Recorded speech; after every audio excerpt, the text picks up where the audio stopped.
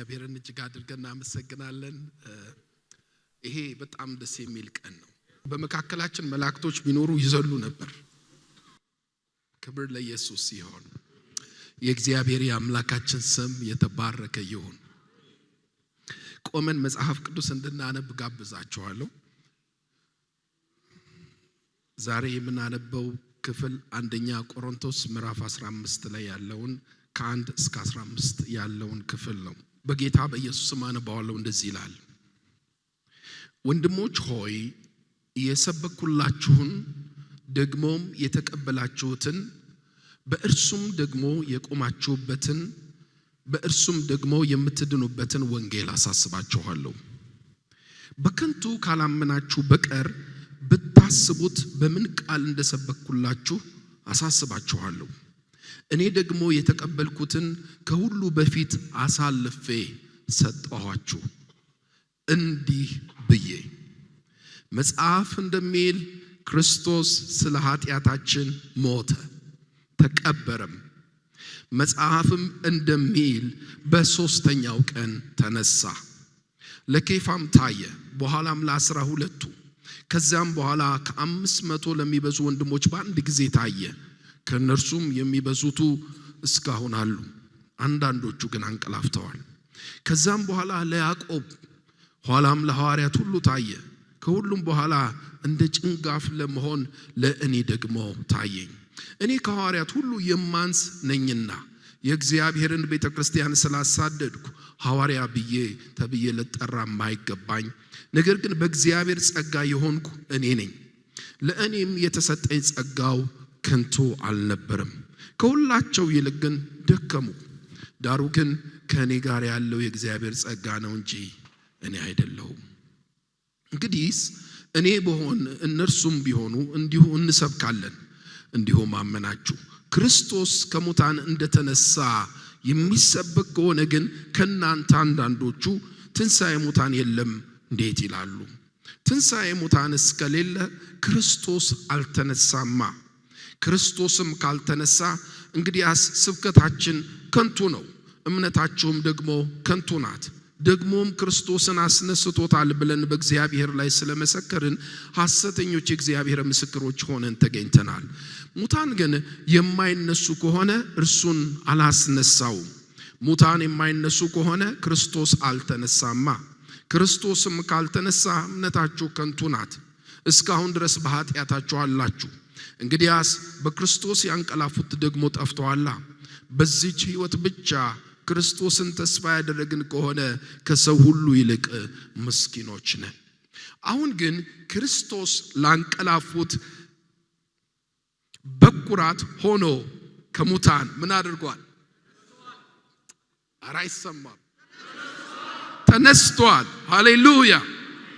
ሞት በሰው በኩል ስለመጣ ትንሣኤ ሙታን በሰው በኩል ሆኗልና፣ ሁሉ በአዳም እንደሚሞቱ እንዲሁ ሁሉ በክርስቶስ ደግሞ ሕያዋን ይሆናሉና ይላል። እግዚአብሔር የተመሰገነ ይሁን። ከ2000 ዓመት በፊት በምድር ታሪክ ውስጥ ልዩ ፍጹም እንግዳ ነገር ተከናወነ።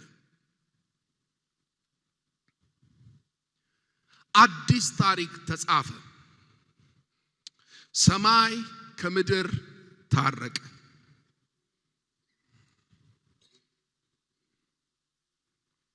ድንቅ ነው።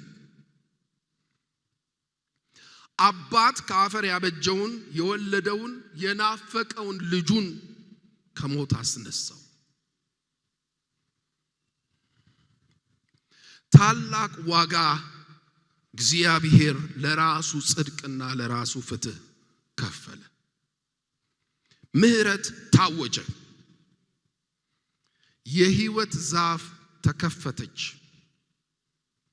ኪሩቤልንና የምትገለባበጥ የነበልባል ሰይፍ መንገዳቸውን ለቀቁ። ለ6000 ዓመት የተካሄደ ጦርነት ተጠናቀቀ። ሰማይ በሕጋዊ መንገድ አሸነፈ።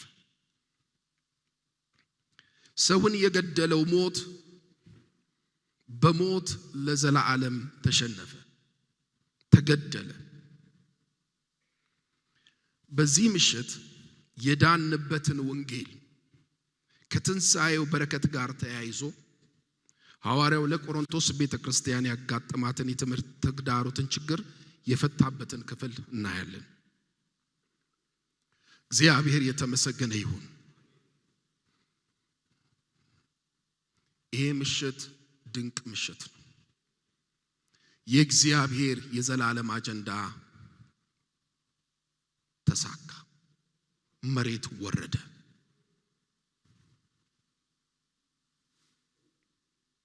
ከዚች ዛፍ በበላህ ቀን ሞትን ትሞታለህ ብሎ የእግዚአብሔር ፍርድ ተፈጸመ። ዋጋ ተከፈለ። ሞት ተሞተ፣ ሞት ተገደለ። በሌላ ቋንቋ በዚች ምሽት ሁላችን ከዘፍጥረት 3 ወደ ዘፍጥረት 2 ተሻገርን።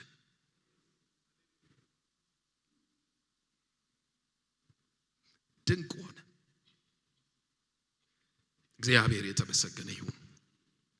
ዛሬ አይ ቲንክ እግዚአብሔር ሊያስታውሰን ነው የሚፈልገው በዚህ ቃል ደህንነታችንን ድጋሚ እንድናጣጥም የተከፈለልንን ዋጋ እንድናስብ ይሄ ትልቅ ዋጋ በእግዚአብሔር ልጅ መስዋዕትነት በኩል ስለመጣ እንድናስብ እግዚአብሔር ይፈልጋል። በየቤቶቻችን የምናስታውሳቸው የምናከብራቸው አንዳንድ ቀናቶች አሉ። ለምሳሌ የተወለድንበትን ቀን እናከብራለን፣ ትልቅ ቀን ስለሆነ። እንደ ሀገር ደግሞ የተለያዩ ቀናቶችን እናከብራለን። የድል ቀን ብለን እናከብራለን፣ የዘመን መለወጫ ብለን እናከብራለን። የወንጌልን ቀን መቼ ነው የምናከብረው? ዳግመኛ የተወለድንበትን ቀን መቼ ነው የምናስበው? ይሄ ቀን እሱን ማሰቢያ ቀናችን ነው። ስለዚህ ዛሬ የምንካፈለው ቃል በዚህ በወንጌል ውስጥ ተነስተን የትንሣኤውን በረከቶችን እንመለከታለን። ቅድም ባነበብነው በዚህ በቆሮንቶስ ቤተክርስቲያን ውስጥ ሐዋርያው ጳውሎስ ይህንን ታሪካዊ ነገር አንስቶ አወጣው እና ለዚች ለቆሮንቶስ ቤተክርስቲያን በአስደናቂ ሁኔታ የቆሮንቶስ ቤተክርስቲያን የነበረችበትን ችግር በዚህ ቃል ፈልቅቆ አወጣና ፈታላት። ይሄ ቃል የክርስቶስ ከሙታን የመነሳት ጉዳይ ብዙ እንቆቅልሾቻችንን ይፈታቸዋል። የቆሮንቶስ ቤተክርስቲያን አንድ ተግዳሮት ነበራት። ብዙ ተግዳሮቶች ነበሯት። ከብዙ ተግዳሮቶች መካከል አንዱን ተግዳሮት አሁን ከዚህ ክፍል ጋር ተገናኝቶ እናገኘዋለን። በከተማዋ ውስጥ የቆሮንቶስ ቤተክርስቲያን የነበረችው የግሪክ ፍልስፍና በተስፋፋበት ስፍራ ነበረች እና የግሪክ ፈላስፋዎች የከተማውን መንፈስ ይገዙ ነበር። ታውቃላችሁ አይደል? በምድራችን ያሉ ታላላቅ እሳቤዎች ምድራችንን ይገዛሉ። ከሆነ ጊዜ በፊት እግዚአብሔር የለሽ ፍልስፍና ነበረ። ምድራችንን እፍና አድርጎ ገዛ። ሰው ሁሉ እንዴት አደርክ ሲባል ድሮ እግዚአብሔር ይመስገን የሚለው ሰውዬ ደህና አድር ያለው ማለት ጀመረ። ከዛ ቀጥሎ ሌላ መጣ። የዘር ጉዳይ መጣ። ያ ጉዳይ ገዛ። አሁን ደግሞ ሌላ ነገር ይመጣል። በየዘመናቱ መካከል የሚመጡ ነበር። በዛች በቆሮንቶስ ቤተክርስቲያን ውስጥ በግሪኮች ውስጥ የነበረ ፍልስፍና የግሪክን ከተሞች በሙሉ ይገዛ ስለነበር እቺ የቆሮንቶስ ቤተክርስቲያን ለዚህ ተግዳሮት ተጋላጭ ነበረች። የሙታን ትንሣኤን በተመለከተ ግሪኮች ፍልስፍና ነበራቸው። ግሪኮች እንደምታውቁት ብዙ ፍልስፍና አላቸው። እስከ ዛሬ ድረስ ዓለምንም ይገዛሉ። ለምሳሌ ዲሞክራሲ የግሪኮች ፍልስፍና ነው። እኛ ላመጣ ነው። ይህንን ሐሳብ ያመጡ ሰዎች ሞተዋል። የነሱ ሐሳብ ግን መንግስታትን ዓለማትን ይገዛል። በዛ ከተማ ውስጥ እንደነዚህ አይነት ከነበሩ አንዱ ፍልስፍናዎች መካከል እነዚህ የአሕዛብ ምሁራን ወይም ግሪኮች ነፍስን በተመለከተ ከሞት ባሻገር ስለነበረው ነገር ሁለት አይነት አመለካከት ነበራቸው። የመጀመሪያው ፕሌቶና ሴኔካ የተባሉ ፈላስፋዎችን የሚያካትተው ፍልስፍና ነፍስ ዘላለማዊ ናት ግን አካል አይኖራትም ብለው ያስተምሩ ነበር። ነፍስን ያለ አካል ዘላለማዊነትን ይሰጡ ነበር። ሌሎች ደግሞ እንደ ኤፒኩሬስ የተባሉ ሌሎች ፈላስፋዎች ከሞት በኋላ ህይወት የለም ብለው ይክዱ ነበር። በቀደም ቴሌቪዥን በኢንተርኔት ውስጥ አንድ ክርስቲያንና አንድ ክርስቲያን ያልሆነ ፕሮፌሰሮች የሚያደርጉትን ክርክር መለከት ነበር። ታዋቂ የሆነ ሁለቱም ታዋቂ ፕሮፌሰሮች ናቸው። በትልልቅ ዩኒቨርሲቲዎች ውስጥ ያስተምራሉ። እና ይሄ ክርስቲያኑ ስለ ሙታን ትንሣኤ ሲያወራ ያኛው ክርስቲያን ያልሆነው ፕሮፌሰር ጂሰስ ክራይስት ብሎ መታወራው ተራ ነገር ነው ይል ነበር። ይሄ ፍልስፍና ያኔ ብቻ አይደለም ልላችሁ ነው። ዛሬም በዚህ ምድር ውስጥ ያለውን የዚህን ዓለም ሐሳብ የገዛ ፍልስፍና ነው። ከሞት በኋላ ምን የለም? ህይወት የለም፣ ትርጉም የለም። በዚህ ምክንያት እቺ ጳውሎስ የመሰረታት የቆሮንቶስ ቤተክርስቲያን በብዥታ ውስጥ ነበረች። ይሄ ብዥታ ቀላል እንዳይመስላችሁ። ከሞት በኋላ እንደገና እንደምንነሳ ትንሣኤ ሙታን እንዳለ ስናውቅ ጻድቅ ፈራጅ እንደሚመጣ ስናቅ አስፈሪ ይሆናል።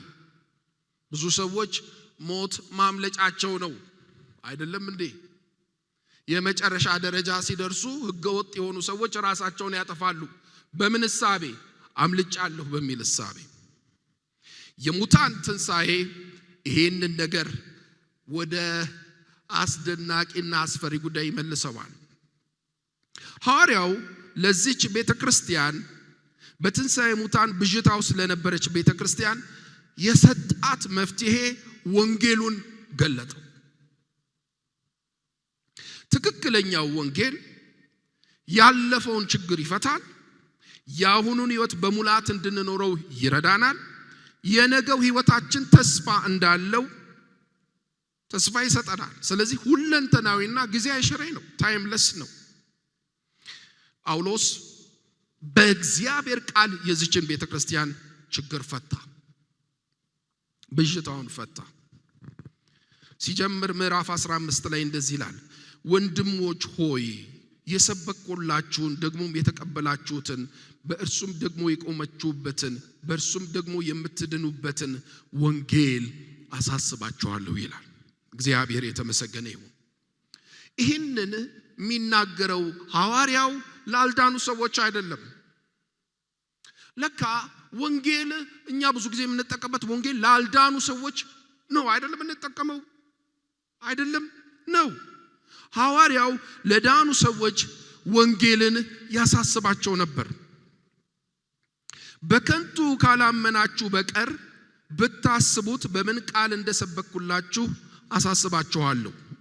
እኔ ደግሞ የተቀበልኩትን ከሁሉ በፊት አሳልፌ ሰጠኋችሁ፣ እንዲህ ብዬ መጽሐፍ እንደሚል ክርስቶስ ስለ ኃጢአታችን ሞተ ተቀበረም፣ መጽሐፍ እንደሚል በሶስተኛው ቀን ተነሳ ይላል። ክብር ለኢየሱስ ይሁን። የምንድንበት ወንጌል እንደዚህ አይነት ወንጌል ነው።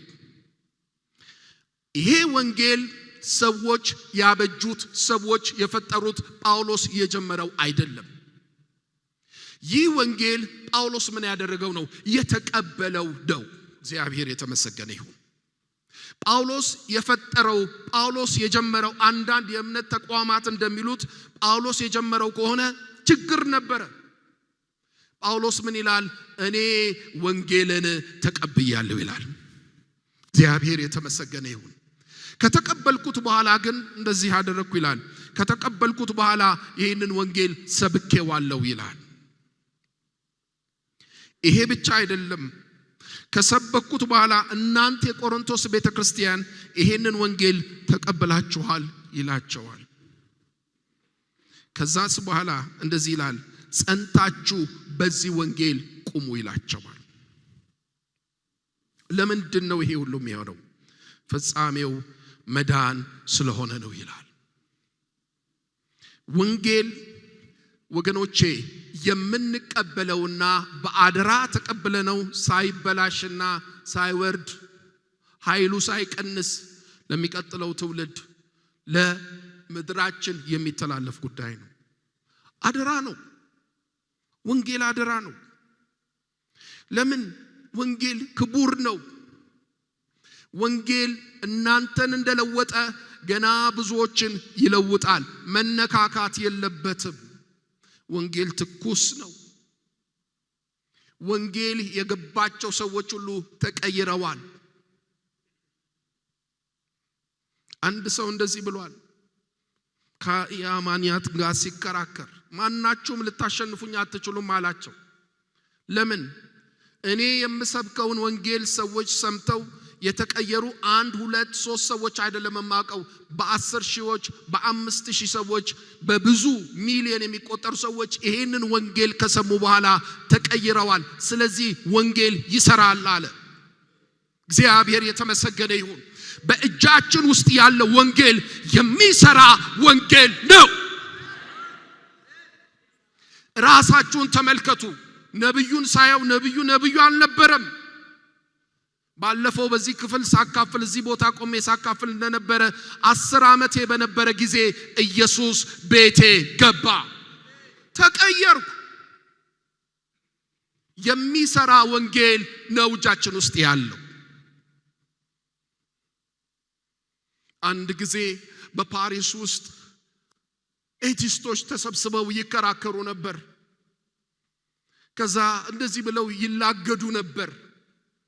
ዘፍጥረት 1 ላይ እኮ እንደዚህ ይላል፣ እግዚአብሔር ጭቃ አነሳና ከዛ አበጀና እፍ ሲል ሰው ሆነ ብለው ይሳሳቁ ነበር። እንደዚህ አይነት ተራ ነገር የለም ብለው።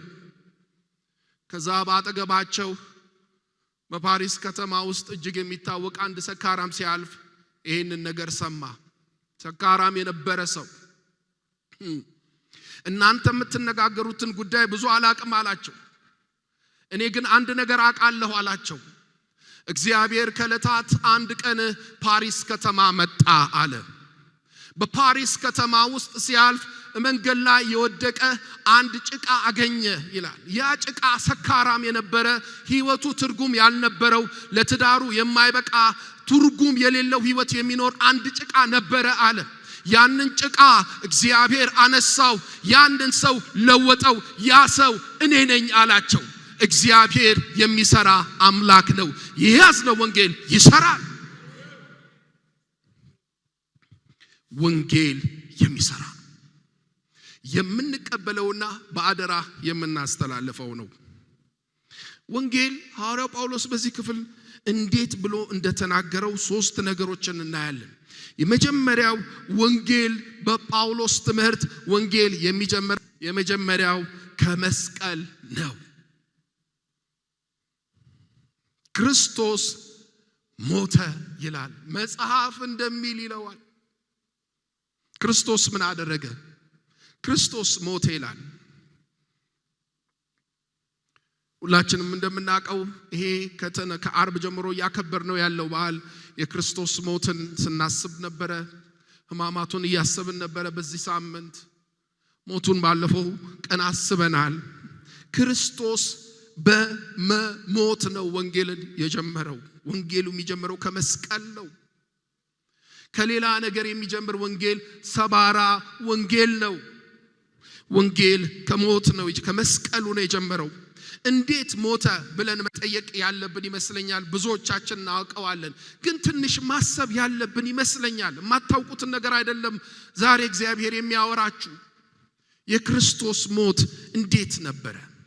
የክርስቶስ የመስቀል ሞት እጅግ አሰቃቂ ሞት ነበር። ይሄንን ሞት የሚፈረድባቸው ሰዎች በከተማ ውስጥ እጅግ ዘግናኝ በሆነ ወንጀል የሚታወቁ ሰዎች ናቸው።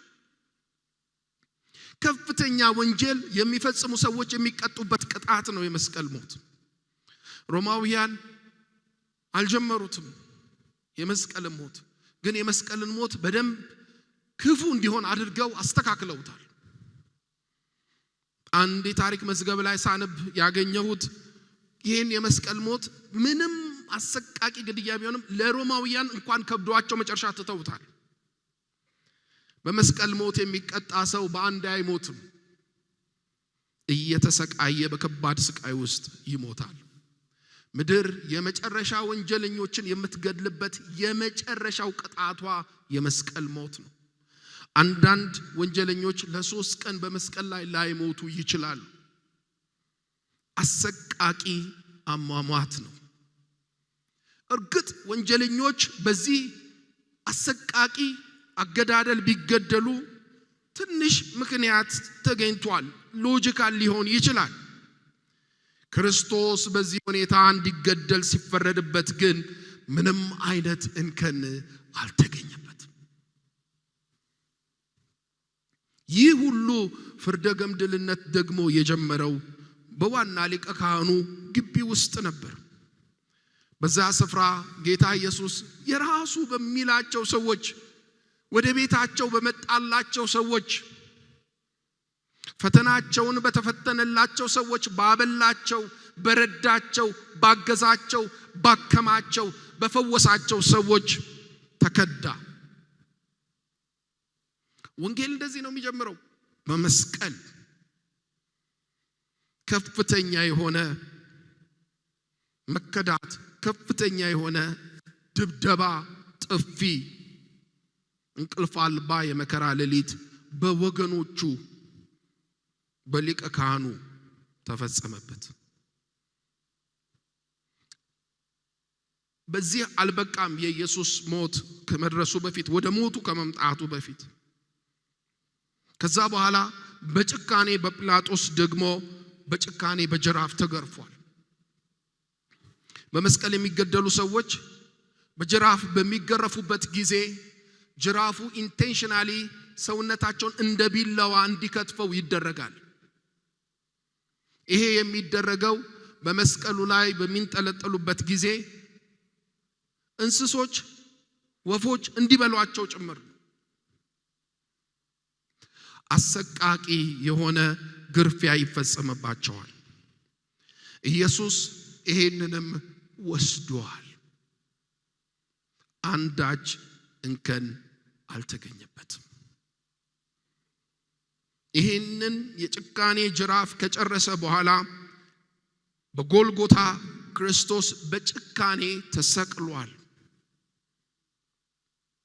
ተሰቅሎ እንዳያርፍ በተሰቀለበት ስፍራ በዙሪያው ሰዎች ተሰብስበው ይሰድቡት ነበር።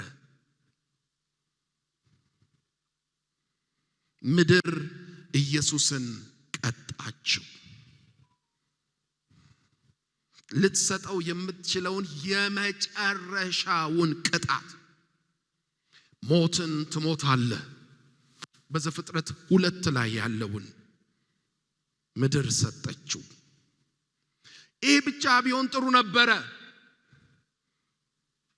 የክርስቶስን የመስቀል ሞት ስንመለከት ሰማይ ደግሞ ተደመረ፣ ሰማይ ቀጣው። አስፈሪ የሆነ የአባት መለየት ገጠመው። በምድርም በሰማይም ኢየሱስ ተቀጣ።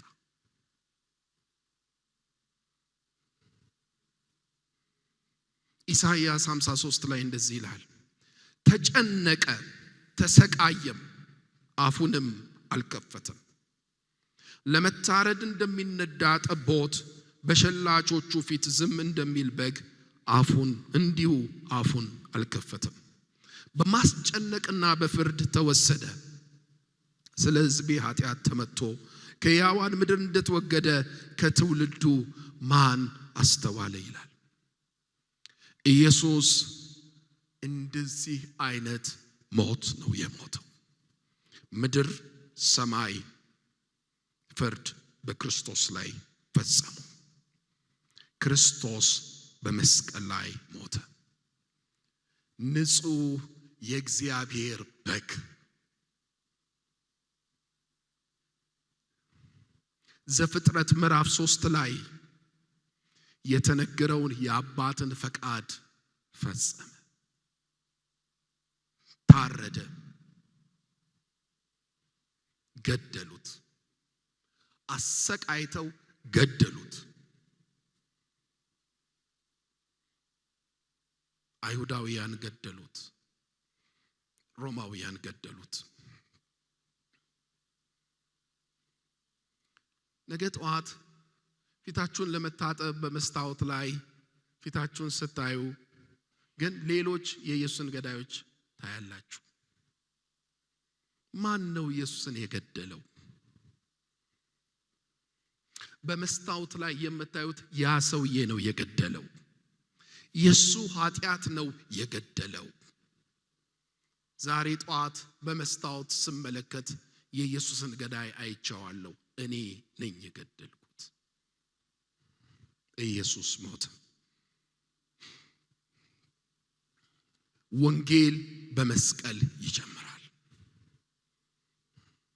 እዛ ላይ ግን አያበቃም። መስቀሉ ላይ አያበቃም። ታርደሃልና የሚለው የመጀመሪያው የመዝሙሩ ስንኝ ብቻ ነው። ራእይ ላይ የሚዘመረው መዝሙር ይታያችኋል። ራእይ ላይ ስለ ዳቦ አይዘመርም። ራእይ ላይ ስለ ቤት አይዘመርም። ይኸውላችሁ የዓለም ታሪክ ሲደመደም የሚዘመረው ስለ ትምህርት አይደለም። የምድር ታሪክ ሲደመደም የሚዘመረው ስለ በላሁና ስለ ጠጣሁ አይደለም። የሚዘመረው ታርደሃልና የሚል መዝሙር ነው። ሃሌሉያ! ታርደሃልና ሰማይ አረደው፣ ምድር አረደችው። ይሄ ነው የሚዘመረው፣ ታርደሃልና የሚል።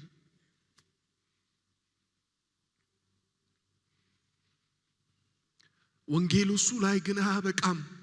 የመዝሙሩ የመጀመሪያ ስንኝ ነው፣ የመጀመሪያ ወርድ ነው። ሐዋርያው እንደዚህ ይላል፣ መጽሐፍ እንደሚል ክርስቶስ ምን አደረገ? ተቀበረ ደግሞ ይላል። ስለ መሞቱ እርግጠኞች የሚያደርጋችሁ መቀበሩን ስታነቡ ነው። አንዳንድ ብዙ ሰዎች ትናንትና ለአንድ ሰውዬ ዛሬ ወንጌል ልነግረው ስፈልግ ታውቃለህ ይሄ ጊዜ ክርስቶስ የሞተበት ጊዜ ነው። ኖ ክርስቶስ አልሞተም አለኝ። በጣም ብዙ ሰዎች ነው እንደዚህ የሚያምኑት። ታውቃላችሁ በዓለም ውስጥ ምናልባት ሁለተኛው ትልቅ ቁጥር ህዝብ የሚከተለው እምነት እንደዛ ብሎ ነው የሚያምነው። ክርስቶስ ምን ሆኗል? አልሞተም ብሎ ነው የሚያምነው። ወንጌል ግን ሞተ ብቻ አይልም ተቀበረ ይላል። ክርስቶስ ምን አደረገ? ኢሳይያስ 53:9 ላይ እንደዚህ ይላል፣ ከክፎች ጋር መቃብሩን አደረጉ፣ ከባለጠጎችም ጋር በሞቱ። ሆኖም ግፍን አላደረገም ነበር፣ በአፉም ተንኮል አልተገኘበትም ነበር ይላል። ክርስቶስ ተቀበረ። ሶስተኛው ወንጌል ላይ የምናገኘው የዛሬ ዋነኛ ሐሳባችን ክርስቶስ ሞቶ አልቀረም የሚል ነው። እልልታና ጭብጨባ ለሱ። ሃሌሉያ ሃሌሉያ። በሶስተኛው ቀን ምን አደረገ? ተነሳ። ክብር ለኢየሱስ ይሁን። ሃሌሉያ። ለመዘመር ምክንያት አገኘን። በፊቱ ለመሆን ምክንያት አገኘን። ሰው ከእግዚአብሔር ጋር ለመታረቅ ምክንያት አገኘን። ክርስቶስ በሶስተኛው ቀን ተነስቷል። ሙሉ የወንጌል ፓኬጅ ይሄ ነው። በመስቀል ይጀምራል። ወንጌል የሚጠናቀቀው በመነሳት ነው። እግዚአብሔርም በደዌ ያደቀው ዘንድ ፈቀደ። ነፍሱን ስለ ኃጢአት መስዋዕት ካደረገ በኋላ ዘሩን ያያል፣ እድሜውም ይረዝማል፣ የእግዚአብሔርም ፈቃድ በእጁ ይከናወናል ተብሎ ተጽፏል። እንዲሁም በሌላ ስፍራ እንደዚህ ይላል፣ መጽሐፍም እንደሚል በሶስተኛው ቀን ተነሳ ይላል። ክብር ለኢየሱስ ይሁን። ይሄ ምሽት የዚህ ቀን ምሽት ነው። ኢየሱስ ተነሳ። ሃሌሉያ ሃሌሉያ። የሐዘን ቀን አይደለም ዛሬ፣ የደስታ ቀን ነው። ግን ከደስታው በፊት ክርስቶስ የጠጣው መራራ ጽዋ ነበረ። ሁል ጊዜ ሊታወስ ይገባል። ሰማይ ያስታውሰዋል። የታረደበት ጽዋ ወንጌላችን እንደዚህ ነው። ወንጌላችን ክርስቶስ ከሙታን ተነስቷል የሚል ወንጌል ነው ያለን። በጣም ጥሩ። ክርስቶስ ከሙታን ተነሳ። ሶዋትን መልሰን እንጨርሳለን። ክርስቶስ ከሙታን እንደተነሳ የሚሰበክ ከሆነ ከናንተ አንዳንዶቹ ትንሣኤ ሙታን የለም እንዴት ይላሉ? ትንሣኤ ሙታን እስከሌለ ክርስቶስ አልተነሳማ። ክርስቶስም ካልተነሳ እንግዲህ ስብከታችን ከንቱ ነው፣ እምነታችሁም ደግሞ ከንቱ ናት። ደግሞ ክርስቶስን አስነስቶታል ብለን በእግዚአብሔር ላይ ስለመሰከርን ሐሰተኞች የእግዚአብሔር ምስክሮች ሆነን ተገኝተናል። ሙታን ግን የማይነሱ ከሆነ እርሱን አላስነሳውም። ሙታን የማይነሱ ከሆነ ክርስቶስ አልተነሳማ። ክርስቶስም ካልተነሳ እምነታችሁ ከንቱ ናት፣ እስካሁን ድረስ በኃጢአታችሁ አላችሁ። እንግዲያስ በክርስቶስ ያንቀላፉት ደግሞ ጠፍተዋላ። በዚች ሕይወት ብቻ ክርስቶስን ተስፋ ያደረግን ከሆነ ከሰው ሁሉ ይልቅ ምስኪኖች ነን። አሁን ግን ክብር ለኢየሱስ ይሁን፣ ክርስቶስ ላንቀላፉት በኩራት ሆኖ ከሙታን ተነስቷል። እንኳን ደስ አለን። ቤተ ክርስቲያን ደስ ይላታል። ሃሌሉያ ሃሌሉያ። በክርስቶስ ከሙት መነሳት ደስ የማይለው ሰይጣን ብቻ ነው፣ ሞት ብቻ ነው። እንዳይነሳ መቃብሩን ለመጠበቅ ሙከራ ሁሉ አድርጎ ነበረ። ክርስቶስ ከሙታን ተነስቷል። ሞት በሰው በኩል ስለመጣ ትንሣኤ ሙታን በሰው በኩል ሆኗልና። በመጀመሪያው አዳም ነው ሞት የመጣው። በተመሳሳይ መልኩ በሁለተኛው አዳም ትንሣኤ ሙታን መጣ። ሁሉ በአዳም እንደሚሞቱ ሁሉ እንዲሁ ሁሉ በክርስቶስ ደግሞ ምን ይሆናሉ? ክብር ለኢየሱስ ይሁን። የእግዚአብሔር ፕሮግራም ተሳካ። የተሰበረው ተስተካከለ፣ የፈረሰው ተገነባ። እግዚአብሔር አሸነፈ። እግዚአብሔር አሸነፈ። እግዚአብሔር አሸነፈ። እኛ አሸነፈን። እኛ አሸነፈን። እግዚአብሔር አሸነፈ። ሃሌሉያ! ክብር ለኢየሱስ ይሁን። ይህ ድል ነው። ከዚህ በላይ ድል የለም። ከዚህ በላይ የሚነገር ታሪክ የለም። ከዚህ በላይ የሚያሞቀን ነገር የለም። ምን ሆንን? በክርስቶስ ሕያው ሆንን። የአብን ፍርድ ተሸክመን ነበር። ሞትን ትሞታለህ የሚለው በሞት ውስጥ ነበርን። የእግዚአብሔር ፍርድ በእኛ ላይ ተፈጽሞ ነበር። ማንም ሰው ከሞት ሊያሸንፍ አይችልም። የአብ ፍርድ ነው። የአብ የራሱ ፍርድ ነው። አብ ራሱ መድኃኒት ሆነልን። በክርስቶስ ሕይወት ውስጥ ገባን። ክርስቶስ ከሙታን ተነሳ። በዚህ ክፍል ውስጥ 5 የትንሣኤ ጥቅሞች አሉ። እሱን እናያለን። 2 ነገሮች አይተን ጨርሳለን። የመጀመሪያው ከክርስቶስ ከሙታን በመነሳቱ በዚህ ክፍል ውስጥ የምናገኘው ነገር ስብከታችን እውነት ነው። ስንት ሰዎች ምስክሮች ናችሁ? ይሄ ስብከት ቀይሮኛል የምትሉ ስንት ሰዎች አላችሁ እዚህ ጉባኤ ውስጥ? ለእግዚአብሔር ክብር ስጡ። ይሄ ስብከት እውነት ነው። እውነት ነው። ተራ አይደለም። ተራ ፍልስፍና አይደለም።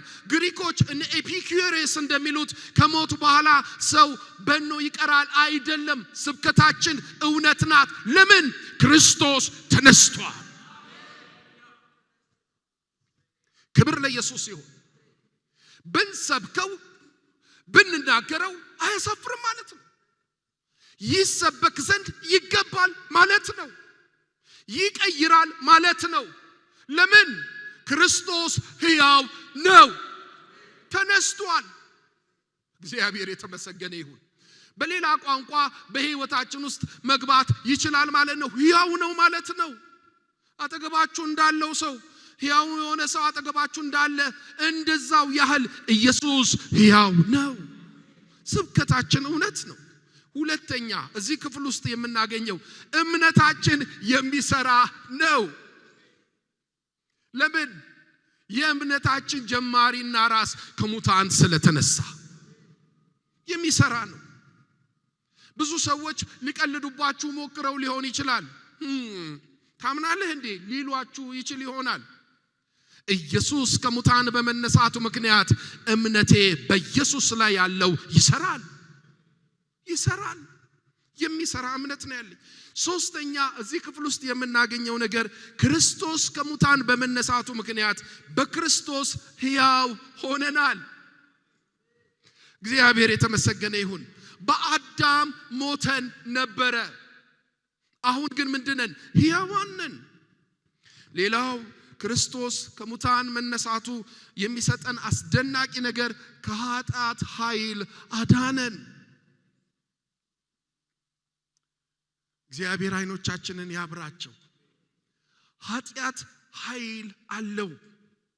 ሰዎችን ሁሉ ወደዱም ጠሉም ይገዛቸዋል። በኢየሱስ ክርስቶስ በትንሣኤው ኃይል ብቻ ነው ኃይልን አግኝተን ከኃጢአት በላይ መሆን የቻልነው። ለምን? ኢየሱስ ሕያው ስለሆነ። ኢየሱስ ሕይወት የሚሰራ ሕይወት ስለሆነ። ሌላው ክርስቶስ ከሙታን በመነሳቱ የቀጣይ ሕይወት ጽኑ ተስፋ አለን። እግዚአብሔር የተመሰገነ ይሁን። በእውነት በምድር ላይ ላለ ለዚህ ተራ ሕይወት ክርስቶስን ተስፋ ያደረግን ከሆነ ሐዋርያው ጳውሎስ እንደሚለው ምንኛ ምስኪኖች ነን። ተስፋችን ምንድነው? ክርስቶስ ከሙታን ተነስቷል። ወገኖቼ ይሄ የቤተ ክርስቲያን መልእክት ነው። ይሄ መልእክት ያሞቀናል። ይሄ መልእክት ይሳካልሃል ከሚብለው ተብሎ ከሚሰበክልን ስብከት በላይ በሕይወት ያኖረናል። ለምን? ኢየሱስ ከሙታን ተነስቷል። ሁለት ጉዳዮችን አይተን እንጨርሳለን። ሐዋርያው ጳውሎስ በዚህ ክፍል ውስጥ ክርስቶስ ከሙታን በመነሳቱ ምክንያት በሰዎች ሕይወት ውስጥ ምን እንደተፈጠረ የሚናገርበትን ሁለት ክፍሎች እናያለን። ገላትያ ውስጥ እናያለን። እንደዚህ ይላል ገላትያ 2:20 ላይ ከክርስቶስ ጋር ምን አድርጌያለሁ? ተሰቅያለሁ።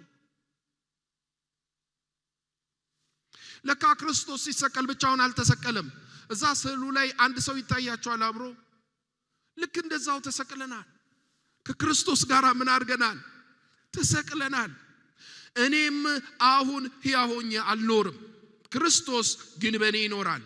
አሁንም በሥጋ የምኖርበት ኑሮ በወደደኝና ስለኔ ራሱን በሰጠው በእግዚአብሔር ልጅ ላይ ባለ እምነት የምኖረው ነው። ክርስቶስ በመሰቀሉና ከሙታን በመነሳቱ የመጀመሪያ ነገር በሕይወታችን ውስጥ የሆነው እኛ ሁላችን አብረን ተሰቀል። በኃጢአት ሰው የሚመላለሰው ለራሱ ሲኖር ነው። ወንጌል ግን እኛን ይገለናል፣ ከኃጢአትም ኃይል ያድነናል። ሁለተኛ በዚህ ክፍል ውስጥ በዚህ በገላትያ ውስጥ በቆሮንቶም ውስጥ የምናገኘው አንድ ለሕይወታችን የሚቀርልን ነገር ምንድነው? እውነተኛ ወንጌል ለዛሬ ኑሯችን ምክንያት ይሰጠናል። ለምን? ክርስቶስ በማን ይኖራል? በእኔ ይኖራል። ለምን? ሕያው ስለሆነ። ሕያው ስለሆነ በእኔ ውስጥ ምን ያደርጋል? ይኖራል። እኔ አሁን አልኖርም ለራሴ። ምን ሆኗል? ተቀያይረናል። መስቀሉ ላይ አሮጌው ነብዩ ተሰቀለ። ከሙታን የተነሳው ኢየሱስ እዚህ ነብዩ ውስጥ ገባ። ይሄ ነብዩ አሁን የሚሄደው ኢየሱስ የሚሄድበት ቦታ ሆነ። ሃሌሉያ ሃሌሉያ።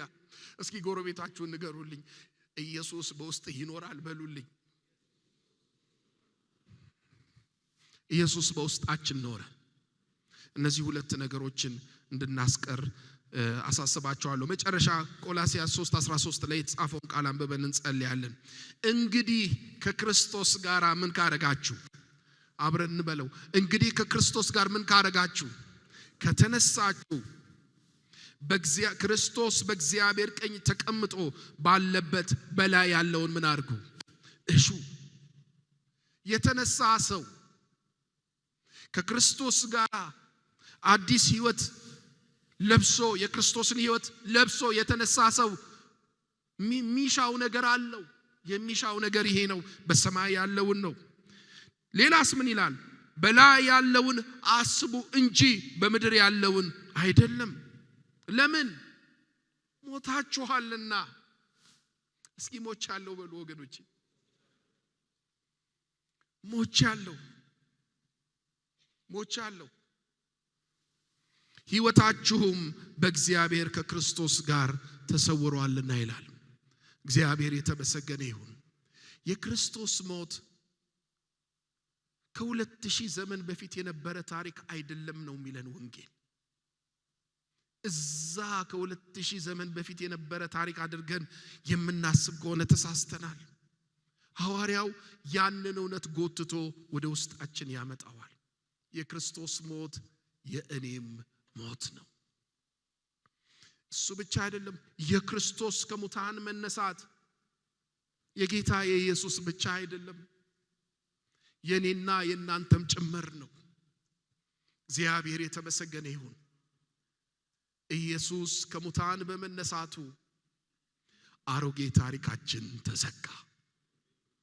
አሮጌ ሕይወታችን ተዘጋ። ለአዲስ ሕይወት በትንሣኤ ኃይል አገኘን። ክብር ለኢየሱስ።